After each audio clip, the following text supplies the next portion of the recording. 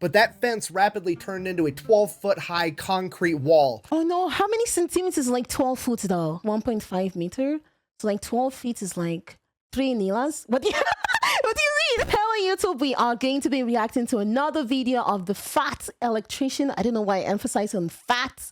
But as you guys already know, this one is going to be called the Berlin Wall, how communism turned East Germany into a prison state. We recently watched a previous fat electrician video talking about like the Berlin airlifts. And it was a really nice video. It was talking about communism as well and how America helped Germany during that time. So let's see what happened during the Berlin Wall, okay? Did I mention he's fat? I'm gonna get mad and call this video propaganda, but in my defense, it's not my fault. The only thing you have to do to make anti-communist propaganda is to open a history book and start reading it out loud. Today we're talking about the Berlin Wall. It is one of the greatest examples of capitalism versus communism, East versus West, hungry versus fed that the world has ever seen. But first, a word from our sponsor. This video is brought to you by Operation Good Boy. It's a monthly subscription box that's got all— Oh my god, he has a dog? Have we ever seen his dog in any of the videos we've watched? Oh, that's so cute. He has like a Labrador. kinds of good— Are you okay? Don't puke in my house. Oh, it's not a Labrador. It's another species. Office, please. I mean, breed. Yeah, you're gonna get a treat in a second if you don't puke. Okay, hang on, 1 second. You've ruined my intro. Anyways, he it comes made with all it kinds of better. cool stuff for your dog. He We've got made it dog better. poop picker-upper bags. We've got a I know I said species. Shut up. little doggy first aid kit. We've got daily multivitamins for him. And then we've got Mushu's favorite, the TRE, the treats ready to eat. These are made right here in America. And Mushu is a big fan, right? Give me a shake. Good, you didn't puke. Wonderful work. Go ahead. Good job. So yeah, if you've got a dog, go check out Operation Good Boy. I'll have a link and a discount code in the description down below. Let's get back to the It video. looks like the dog has like coily hair though. Oh, it's so cute. All right, a couple of weeks ago, we talked about the biggest logistical flex of all time, that being the Berlin airlift. When the USSR Yes, we watched that one. Don't forget to check out my video reacting to it. Thank you. tried to blockade off West Berlin to force them to become communist and to join the USSR, and America and the UK teamed up to deliver them supplies using only cargo planes, landing Yes. a cargo plane into West Berlin every 2 minutes, all day, every day for 15 months straight, feeding and supplying an entire city with 4.6 billion pounds of supplies. If you want to watch that full video, I'll have that linked right here. If not, that's fine. Here's the bare minimum background info that you need. Right after World War II, Germany was basically split into two pieces. You had the Western powers, America, the UK, and France, controlling the western half of Germany, and you had the USSR controlling the eastern half. And here's where that gets weird. They did the same exact thing with the city of Berlin, where the West controlled the western half and the USSR Yeah, see, this one I do know, okay? How smart am I, chat? controlled the eastern half, except Berlin was 100 miles into the USSR territory. And this is why the USSR blockaded off West Berlin and tried to force them to join, because they didn't want a little speck of capitalism in their communist utopia. But If Americans say billion, it's milliarden for us. They have a different scale. Oh yeah, I know what billion is. the West isn't about to back down from a challenge, so America and the UK team up, Wonder Twin powers activate, they launch the Berlin airlift, they feed an entire city using nothing but cargo planes, and after 15 months, the USSR is finally forced to end the blockade because they can't afford to try to stop them anymore. So 1949, the roads and railways to West Berlin open back up, and everything goes back to working exactly how it was supposed to, and this is where the story really begins. From 1949 to 1951, we had what was known as a green border between East and West Germany. Basically, there was a border there, they're two separate countries. However, it was very, very easy to go from one country to the other and back. It was no big deal. Wait, to be honest though, couldn't like those in East Germany go through the water side and enter West Germany? Did they try that? I have no idea if they tried it though. At all, which was really important because you have to remember, they just drew an arbitrary line right through the middle of Germany and were like, hey, these are two separate countries now. It was really complicated for a lot of people. You had people that had family members that now live in a different country. You had people whose home was in one country and job was in the other. You had farmers and property owners that now owned property in a country that Okay, that one I didn't know. I knew that like families were separated, but I didn't know someone could work in West Germany and live in East Germany? Then where would they be paying taxes though? That wouldn't make sense. Wouldn't it be easy to like smuggle them since they would have like easy access to the West if they're working there? Oof, that's kind of weird though. They didn't live in. It was very, very complicated. And while the border is essentially open, a ton of people from East Germany are taking advantage of it and migrating to West Germany because it's way, way better to live in West Germany, where the evil capitalist pigs from America and the UK have been funneling in billions of dollars worth of food, money, and resources, helping to build West Germany back up as a country, as opposed to the USSR over in East Germany, who has done the exact opposite because they said, hey, we want our war reparations and we want them right now. The USSR takes over $10 billion worth of hard assets and natural resources out of the East German economy and ships it back home. That is a third of the working capital of the entire country. Quite literally just took a third of their economy and got rid of it. And if that wasn't bad enough, they also liquidated almost every factory in East Germany. They took all of the machinery, all the parts, all the material that they had and shipped it back home to the USSR. Not only have they stripped East Germany of all of their product, they've stripped them of their ability to produce. They can't even work themselves out of this difficult situation. Because of this, understandably so, people start leaving East Germany in droves. Now, by 1952, the USSR identifies this problem, understanding, oh, obviously— Wait, but couldn't those like in the East Germany though get machines from the Soviet countries? Or were like their machines so outdated, the ones in America were way better? Is that why? our policies aren't very popular. We should probably do something about that. The only question is, what are we going to do about it? Do we A, come up with new policies that incentivize people to stay, making them want to be there and making them want to be a productive member of this society? No, absolutely not. We're going to go with option What the fuck? B, old reliable, good old-fashioned human rights violations. Okay, so here's the plan. We're going to shut down the border between East and West Germany. We're going to build a wall or a fence. And I know what you're thinking, walls don't work. Well, if the wall doesn't work, you know what is going to work? The landmines that we put on the other side of it. And if that doesn't work, we're going to get guard dogs. And if the guard dogs don't work, we're going to put up a bunch of guard towers, and we're going to have over 20,000 men with guns watching the border 24/7 all the time. And they have the authority to shoot anyone trying to escape on site. Now, obviously, there's one glaring hole in this plan. What if somebody is able to get past the wall, navigate through a minefield, evade the dogs, and they get seen by the guard, but I mean, at that point, you're allowed to go to the West. I mean, come on. At that point, there's no way they actually, attack them. If you're able to, go through all that, you might as well just go to the West. Because the guard is an East German, and he probably doesn't want to be in East Germany either, what if the guard just doesn't shoot him and lets him go over to West Germany? Well, yeah, that's where the giant sand pit comes in. We're going to line the entire border between East and West Germany with a 30-foot wide pad of sand, and that way we'll be able to see any footprints when somebody runs out of East Germany into— Oh my god. I didn't know that was a thing, though. Holy to the West. And then we're going to know that somebody escaped, and we're going to hold the guard on duty for that sector responsible, and then he's going to get in trouble. Oh! Having a very secure border isn't a human rights violation. So, if anyone actually crossed the border, anyone that had, shift of, let's say, surveilling the wall during that time, that person would get in trouble as well and might maybe die. Oh, no. That kind of, obligates the soldiers to actually do their job well. This is really f***ed up. Well, right, when you're using it to keep people out, but when you're using it to keep people in, it's absolutely a human rights violation according to the Universal Declaration of Human Rights. Let me just read that for you. Article 13, Section 2, quote, "Not just him, but his family." What? The whole family as well? Oh, no. Oh my god, yeah, the Soviets back then were really, really extreme, though. What the hell? Jesus Christ. Oof. Living in East Germany is like hell. Not even I feel like it was living hell for them. No wonder many of them wanted to run away from there. Yeah, family could go to jail until mid-70s. Oh.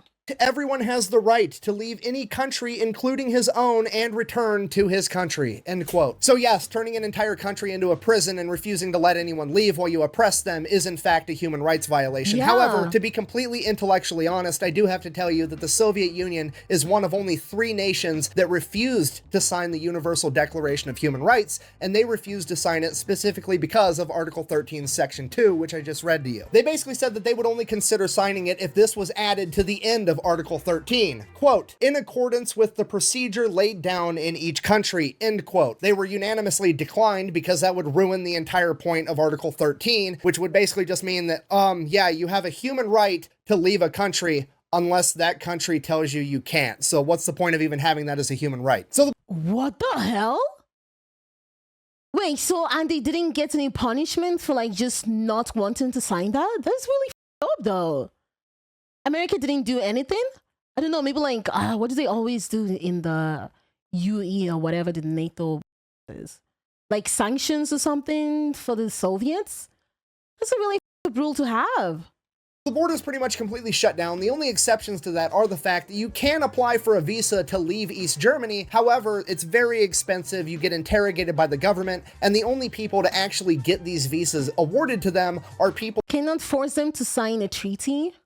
Yeah, but that's like I don't even think that's something they need to sign. That's like something every single country should like abide by, no? It's human rights. That's up.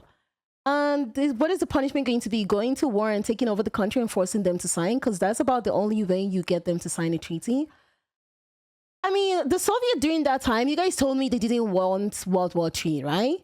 So wouldn't that have like scared them to want to sign it? I don't know. I'm not sure. That are working on behalf of the Communist Party, or somebody that is obscenely rich and is for sure coming back anyways, which seems like a weird hypocritical policy for a communist regime whose ultimate goal is to have a moneyless, classless society where everybody is treated equally to have, but whatever. And then of course they have to allow travel from West Germany into West Berlin, and to do that there's very, very strict routes anybody traveling from West Germany to West Berlin has to take, and they have to go straight from one straight to the other, and they hit multiple checkpoints along the way. And this is extremely important because it opens up the Berlin loophole, because Berlin, the city that's 100 miles into communist territory, has that little speck of capitalism in it, and there's no border between West Berlin and East Berlin. So you can literally just walk from East Berlin right into West Berlin, and it's not an issue at all. So that becomes the only way to escape East Germany. People. Oh, I do have a question though. For those who were able to like go to East Berlin, for example, no, West Berlin from East. Let's say one of your family member entered West Berlin. Would those in East Berlin threaten you to come back? It's like you still have like family members in East Berlin though. Would they tell you, come back to East Berlin or we, finish your family? Was that actually like something that happened? You would be surprised about treaties and how many countries don't sign things. Okay, wait. The USSR was so big and had so many allies that sanctions did not matter as much. And the US did not want World War III either, so they can't really threaten it over simple stuff. Okay. That's a shame. Depends on how important you are, what is your family status, etc. Wait, what do you mean? So like poor people could go to West Berlin without any repercussions? But it was only those who were rich that couldn't go to West Berlin? Or do you mean like the other way around? That was actually a thing? Oh, damn. The US very rarely signs stuff lately because it requires all of Congress to agree, and that literally never happens. Oh, the other way around? Oh, so the rich could actually just go to West Berlin, but the poor were obligated to stay back. I mean, true, weren't they using the poor as like, I don't want to like say slave laborers? I mean, basically slave, but I don't want to like say laborers, like just using them to work.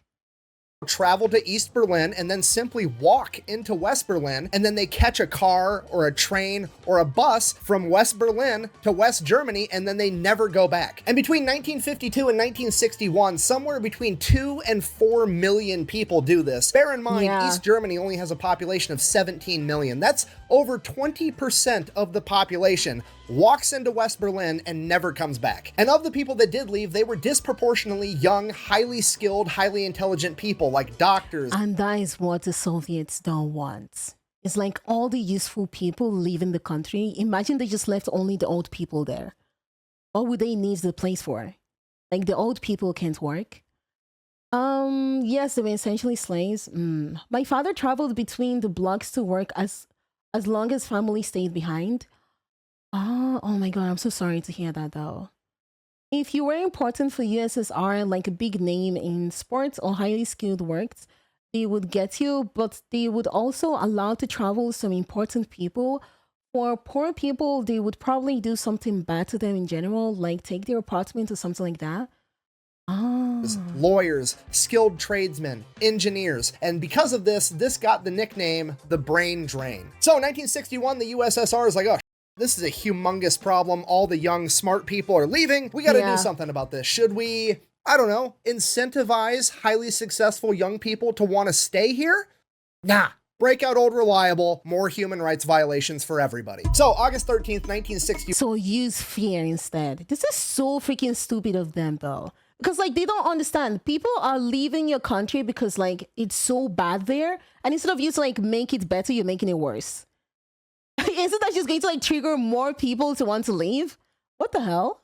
In the middle of the night, a bunch of East German construction workers and cops show up with guns and they put a fence all the way around West Berlin. Not to keep the West Berliners in, but to keep the East Berliners out. And East and West Berlin at this point in time were still very much intertwined. There were people that lived in the East and worked in the West and vice versa, and there were people that had family members on one side or the other side, and there were people that owned businesses and property. There were people that were seeing relatives and got separated from their families, and they weren't allowed to get back on the other side of the wall. There were literally thousands of people in Berlin that woke up one day and it was just like, congratulations, you just lost your job, you just lost your property, you lost your business, you're now separated from your family. Because of this, people started trying to break into West Berlin, or they were breaking out into East Berlin to get people and bring them back into West Berlin. At first it was easy because it was just a fence and you could cut your way through it or you could scale it, but that fence rapidly turned into a 12-foot high concrete wall.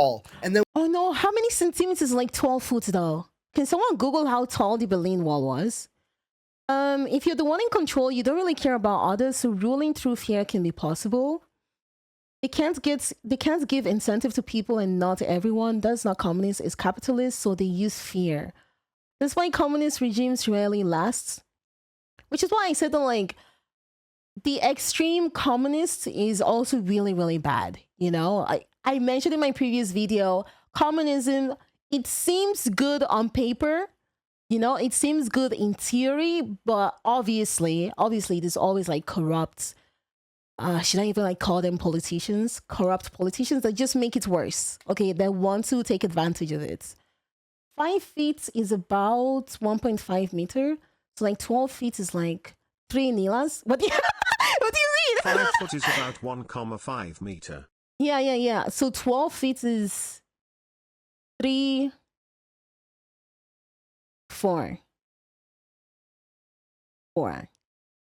3.75. Close. Oh, close. Yeah, 260 centimeters. Yeah, see, I was close. Too far left and too far right will always end in disaster. Thank you.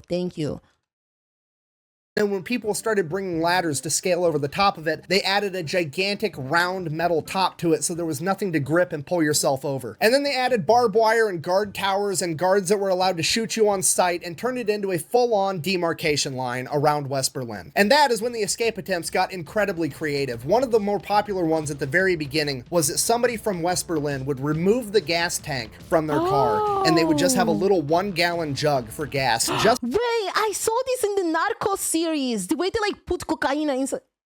Well, okay. So that means this technique has always been. I'm sorry. This is like a serious issue, but it just reminded me of the Narcos series on Netflix.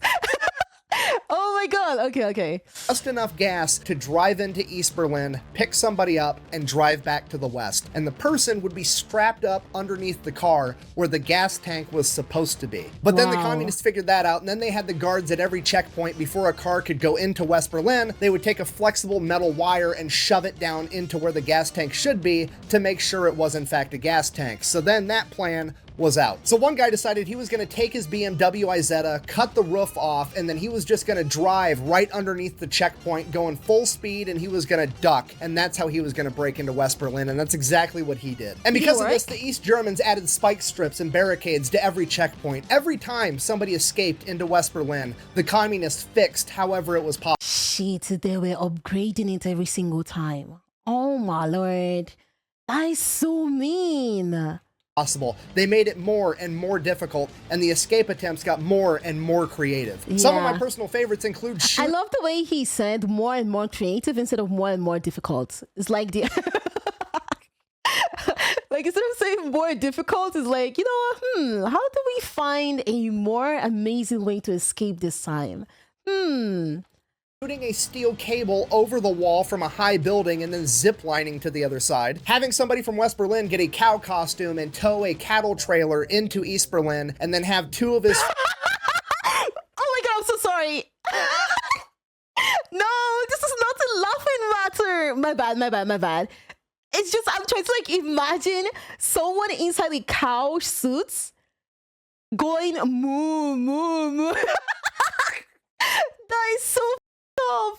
friends dress up in the cow costume and stand in the cattle trailer as they made it through the checkpoint, stealing a tank and trying to drive it through the wall. And when you got away from the Berlin Wall itself and you actually went to the East and West German border, the escape attempts got even crazier. One group of brothers took a farmer's crop duster, painted it like a Soviet MiG plane, flew it from West Germany into East Germany, picked up their other brother and flew him back. And my absolute personal favorite escape from communism was when two fathers got together and for a year and a half gathered fabric and propane and supplies so that they could build a hot air balloon to escape to West Germany. Okay, I'm gonna... Wait, but I feel like that wouldn't work though.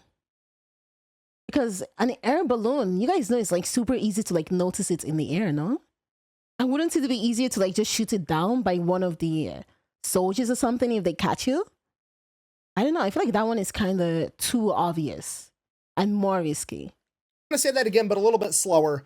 8 people, 2 families, 2 fathers, 2 mothers, and 4 children escaped communism using a hot air balloon. Do you understand the gravity of what I've just told you? Because as a husband and a dad, it speaks volumes to me that 2 men in my situation got together, looked around, and said these living conditions are so horrific that the best bet for me and you and our wives and our kids is to secretly gather up a bunch of cotton fabric, aka flammable, sew it into a balloon, attach it to a wicker basket, more flammable, and then propel it with a flamethrower as we try to get away as... Oh my god, the flamethrower! Jesus Christ! How the hell did they think that was going to work though? Like, how did they even... I don't know, what would be like the English? What's the English of when you have to like check if something works? So you have to... Oh my god, I forgot what was the English word. Whatever. Not so easy to shoot a hot balloon with a rifle. Not really testing. Troubleshoots. Yeah, troubleshoots. That's the English I was looking for. Like, how did they even troubleshoot it to know, okay, yeah, this is going to work. Let me pack all my family into this and let us fly. Like, what if something actually went wrong there? You know, like imagine that was like the first time they used it. Oh, Jesus, that was really, really risky though. Hopium, they probably didn't. It was a huge gamble. Exactly, that's what I mean. Math and prayer, sometimes you just have to go for it. Maybe the dad were familiar with how they work. I mean, for them to be able to like come up with something like this, fabric, propane, balloons, maybe he understood what he had to do. That's what he's saying. It was so bad in East Germany, they gambled. As fast as the wind will take us while the guards are shooting at us. Okay, look, all I'm saying is I've never seen anybody that determined to escape capitalism. That's all I'm saying. But that's not real communism. Of course it's not, because it's never real communism whenever something goes bad. But whenever something goes bad under capitalism, it's 100% capitalism's fault, and we should get rid of it and do communism instead. Granted, communism ever... Okay, do people actually say this though? I really hope not. Yeah, that's kind of like a crazy take to have. Every other time we've tried, it's ended in murder and human rights violations. But hey, I'm feeling it this time, guys. We're just like, we're this close to just 1, maybe 2 more, and we're gonna have that communist utopia. We should keep trying. I can't. What? I need a beer. Jesus. Oh, hell no. I would not want to live in a communist country. What the I know that, like, you know, there are some bad things. There's some cons about capitalism, but nah, I'm good here. I'm actually good. I would never want to live in a communist place. No, no, no, no, no, no.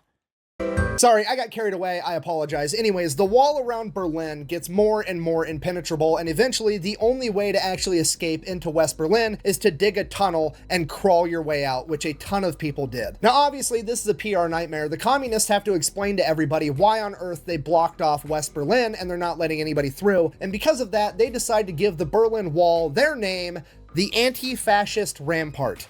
Fascism obviously referring to Nazis, which makes this, I believe, one of the first historical appearances of the unfortunately still prevalent line of thinking that anybody that disagrees with me or how I live my life or my politics must be a Nazi. Yeah, that. What? Wait, is this how... What? I don't understand this, though. I don't understand what the fact Electrician just said. If someone... Wait, let me go back. What the hell does he mean there? The first historical appearances of the unfortunately still prevalent line of thinking that anybody that disagrees with me or how I live my life or my politics must be a Nazi. Yeah, that. That's not what a Nazi is, though. Eh? Like, what? That's literally not what a Nazi is. That doesn't make sense. Is that what you guys, is that how, is it like Urban Dictionary in America to like call people like that Nazis? It's not like you can't just come to Germany and start saying, oh my God, you don't like my politics, I'm going to call you a Nazi. You cannot do that here in Germany. That's so stupid. I guess that has to be like an English thing. But why would you guys use the word Nazi? I don't even want to know, whatever. That was the official stance of the Soviet Union, basically accusing every Western power of being a fascist regime and saying they built the wall to, quote, protect against fascist elements conspiring to prevent the will of the people, despite the fact that the apparent will of the people was to leave their communist regime, but whatever. Just excuse me one more time, I'm so sorry, I just have to Google something real quick. It is a common practice in America, usually done by radicals.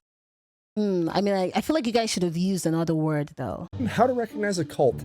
Absolute authoritarianism without accountability.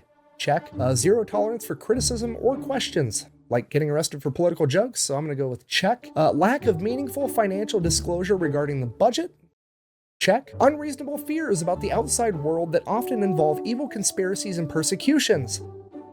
Check. Okay, sorry. Anyways, back to the video. Despite all the propaganda saying the Western world was literally just a bunch of Nazis, most people in East Germany didn't buy it, and a ton of them still tried to escape to the West. Over the duration of the Berlin Wall, over 100,000... Wait, this is actually so weird. The reason why they use that word is cause it's the most evil thing you can think of. So they're saying anyone who doesn't agree with me is the evilest person around. Oh, Nick, so that's why. I genuinely think it's kind of crazy. I don't know why you guys are using it.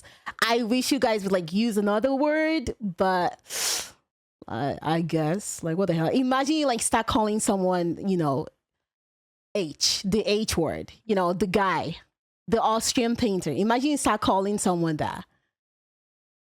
That would be really, really weird. That would genuinely be really, really weird, you know? 1,000 people would be captured and imprisoned for either telling political jokes, criticizing the government, or attempting to escape. In just a couple years, by 1964, these political prisoners were starting to stack up really quickly, and the USSR had to do something about it because it was costing them money and the prisons were full and they had to get rid of all these people. So I mean, what's a communist regime to do? Well, that's easy. We've got all these prisoners that we don't want. They don't want to be here. Let's ransom them over to the West. And that's exactly what they do. They ransomed 33,000 political prisoners to the West, and the West paid on average 4,000 Deutschmarks per person. I say on average. Well, how much would be 4,000 like in euro right now, though? Like, is this like a lot of money? I don't know, maybe like, it doesn't really have any value right now anymore. Most likely, yeah. Yes, a lot of money. Oh, okay. Because it wasn't a static price, the USSR put different values and the currency change happened. 1 mark was 51 euro cent. Oh, okay. 1 mark was 51 cents. Okay. Different people based on their skills and job set. For example, a general laborer might only bring 1,800 Deutschmarks, whereas a doctor could bring 15,000. Now, granted, I'm probably reading way too far into this, but I do find it a tiny bit hypocritical that the communist government, the same government that— yeah, is using money to like— oh my God, my brain just clocked in. What the hell? That is a capitalist thing to do. They're buying, they're like selling the people. They're literally selling the people. That is insane. That supposedly is striving to create a moneyless, classless society where everybody is equal, is also taking political prisoners, assigning different values on their life based on their ability to produce an economic output, almost like they're putting them into separate classes, implying that some people are worth more than others, and then they're turning around and trying to sell them to another government for money, which is allegedly something else they don't want, which is, weird. It's almost like it's all a bunch of talking points and so they can have a bunch of control. Yeah. The irony. Holy I can do this all day. How long? What is it going to take to convince you that communism is... Tell me. Why would it... Does it really take that long for people to not like communism is bad? That's why I said it was only good in theory, though. It was only good in theory. I never said it was like a good thing. I'll do it. Your Honor, I object! And why is that, Mr. Reed? Because it's devastating to my case! Overruled. Good call! In addition to the 33,000 political prisoners that the USSR essentially auctioned off for money, they also agreed to release 215,000 East German citizens for the low price of 2.3 billion Deutschmarks. Between 1945 and 1989, over 600 Germans were killed either trying to cross the border from East to West Germany or from East to West Berlin. And that... Oh, to be honest, I was expecting a higher number. Oh, okay, 600. I'm not gonna lie, I was actually expecting like a higher number, to be honest. I'm glad it was only... okay, let me like rephrase my English. I'm not saying I'm glad it was only 600. That's still a lot of people. Okay, that's still a lot of people. Chill out. chill out. But I was kind of expecting like a huge number, because of how long it's been going on. Yeah. That is considered to be a very low, very conservative number because the USSR didn't want to release the actual numbers or admit that they'd killed anyone, because every single person they killed trying to escape communism was a huge political hit to them. Which raises the question, what happened in 1989? Well, that's the best part of the whole story. By 1989, the Soviet Union was going bankrupt, they were beginning to crumble, they were losing their sphere of influence, and more civil unrest started to occur. And by November of 1989, in East Germany, there were protests, people demanding that they had the freedom of speech, the freedom of protests in East Germany? Wait, did they actually allow them to protest? In Poland too? Yeah, but I'm talking about like in East Germany though. No, right? Like I'm thinking, what the hell? There's no way they would allow them to protest. Oh, but they still did. So they were like risking their life to protest then. If you protested, you were putting your life on the line? Yeah, that's like the answer I wanted to get. Yeah, okay. Expression, the ability to critique their government without getting arrested, and most importantly, the freedom of travel. The communist government knew that they had to give the people an inch before the people turned around and took a mile, and the 1 inch they were willing to give them was they were going to get rid of the travel ban and finally start granting people visas. They weren't going to charge them money, they weren't going to have some special circumstance to do it. But people could just use their visa and make it like one-way tickets, no? Wouldn't that bring them all back to like square one, like in the beginning? When people were like traveling from east to west and just staying there in the west and not going back? Why would they allow the visa then? I feel like they're probably going to like revoke that again. And most importantly, they were actually going to approve people and they were going to do it quickly. These new travel regulations were drafted on November 8th. They were going to be announced to the public on November 9th on live TV. And on November 10th, they would go into effect and people could show up to the passport office, apply, and ideally get accepted and have the freedom to travel west. And that's kind of what happened. November 8th, the new regulations get drafted. That's fine. November 9th, they hand the new regulations to a government spokesperson by the name of Gunter Schabowski, and he's going to read them on a government press conference on live TV. He didn't have time to read through all the papers, nobody took the time to explain it to him, so on live TV, he just kind of wings it. We'll do it live! He reads off what he thinks is important, which is just, here's the new rules that we're living by, and everybody's like pretty happy about it, and one journalist asks, When does this go into effect? And Gunter, not having time to have read through all the papers, kind of shuffles through them real quick, looking for an effective date, and which he doesn't see one. It's there, he just doesn't see it. So he just kind of shrugs and he's like, as far as I know, quote, immediately, without delay. Das tritt nach meiner Kenntnis ist das sofort. And with that, going out on live TV, East Oh, so many people. Yeah, okay, I know what's about to happen then. Germans got up and started going to the wall. Now, this announcement was at the ass end of a boring government press conference, so not a lot of people saw it, but then the news outlets started picking it up and they started airing it. Oh, I've seen this. They've shown this in like my history class. Both in East and West Germany, and then even more people started showing up on both sides of the wall. And within just a few hours, tens of thousands of people had shown up to Checkpoint Charlie, one of the main checkpoints for the Berlin Wall, to go from east to west, and they demanded to be let go because they had just been told by their government on live TV that they had the freedom of travel, and the guards had no idea what was going on, and they were outnumbered tens of thousands to one. And eventually the guards were forced to simply let people through, and then word spread that they actually let them through, and all of Berlin, both east and west, came out and had basically the biggest block party the world has ever seen, as a city that had been divided in half for 28 years was finally reunited. And then they celebrated this reunification by tearing down the wall that had separated them for so long. In conclusion, Germany after World War II is the closest thing to a controlled experiment that you can have, pitting capitalism against communism to see which one would triumph in real life. They took one country with one people, divided it down the middle, and gave each a set of rules to live by. And while capitalism is far from perfect and it has a ton of things that we can improve upon, I think the results of this experiment speak for themselves. Thank you for watching. Best way to support the channel is go buy some merch, thefatelectrician.com. Whack bang. Unity just by accident. Really good history class. I really enjoyed this video though. And also I learned like a bunch of stuff. When was this? This was 2 years ago. Wow, this was actually 2 years ago. I liked it. I actually did like it. Really good video.